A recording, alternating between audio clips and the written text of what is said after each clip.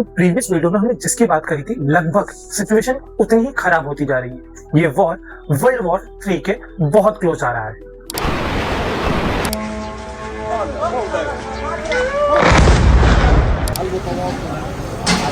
Middle east में conflict शुरू होने के 10 से 12 घंटे के अंदर ही जॉइंट यूएस इजराइल ऑपरेशन के अंदर ईरान के supreme leader Ayatollah Ali Hosseini Khamenei को असैसिनेट कर दिया जाता है। ये बहुत सोचने वाली बात है कि ईरान गवर्नमेंट को इसका शक बहुत पहले से था कि अगर ये वॉर शुरू होती है तो उनके जो सुप्रीम लीडर है उनको टारगेट किया जाएगा। लेकिन जब ये सब कुछ पता था उसके बाद भी इतना आसान यूएस के लिए, इसराइल के लिए कैसे हो गया सुप्रीम लीडर को मारना, वो भी ईरान में घुसकर? क्या ईरानियन गवर्नमेंट इसके लिए प्रिपेयर ही नहीं थी? ये थोड़ा सा सोचने वाली बात जरूर है। इसी के पीछे एक बहुत ही इंटरेस्टिंग चीज देखने को मिलती है। रशियन प्रेसिडेंट व्लादिमीर पुतिन एक स्टेटमेंट जारी करते हैं और वो स्टेटमेंट में बोलते हैं कि वॉर अपने आप में कोई सॉल्यूशन नहीं है। Any issue can be resolve through dialogue and diplomacy. और ये सुनने के बाद मैं पुतिन सर को सिर्फ एक ही बात बोलना चाहूंगा, हिपोक्रेसी की भी सीमा होती है।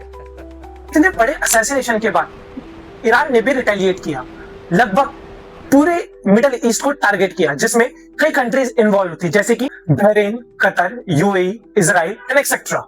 कुछ रिपोर्ट्स की माने तो आने वाले फ्यूचर में कुछ ही टाइम में लगभग 113 कंट्रीज इस वॉर में इन्वॉल्व हो सकती हैं।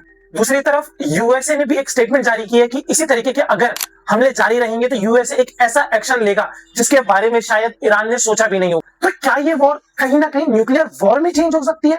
No one nose.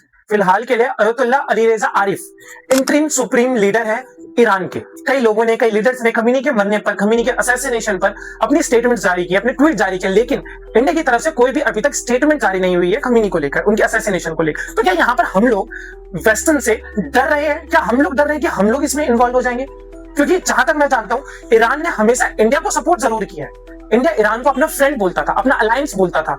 तो आज इतना बड़ा हादसा होने के बाद भी इंडिया की तरफ से एक भी स्टेटमेंट जारी क्यों नहीं हुई है? क्योंकि ईरान ने हमारी हर तब मदद करी जब हमें जरूरत थी। पीओके के लिए उन्होंने हमारे लिए स्टैंड किया, जब हमें ऑयल रुपीस में चाहिए था तब उन्होंने हमें ऑयल रुपीस में दिया। बाकी जाते जाते हाँ, कई जगह पर उनके मरने पर शोक है तो कहीं पर उनके मरने पर खुशियां मनाई जा रही है वर्ल्ड की अलग अलग जगहों पर। यहां तक कि यूएस में भी, इवन यूएस में नॉन मुस्लिम भी सड़कों पर उतरे हैं इस वॉर के अगेंस्ट। बाकी हम इस वॉर को क्लोजली मॉनिटर करने की पूरी कोशिश कर रहे हैं। जो भी इन्फॉर्मेशन हमें पता चल रही है उसे आप तक पहुंचाने की हम पूरी कोशिश कर रहे हैं। तो मिलते हैं आपसे अपनी नेक्स्ट वीडियो में with more information. Till then follow कर लो। Bye bye, take care, safe रहें, सुरक्षित रहें और अपने घर वालों का ध्यान रखें। Bye bye.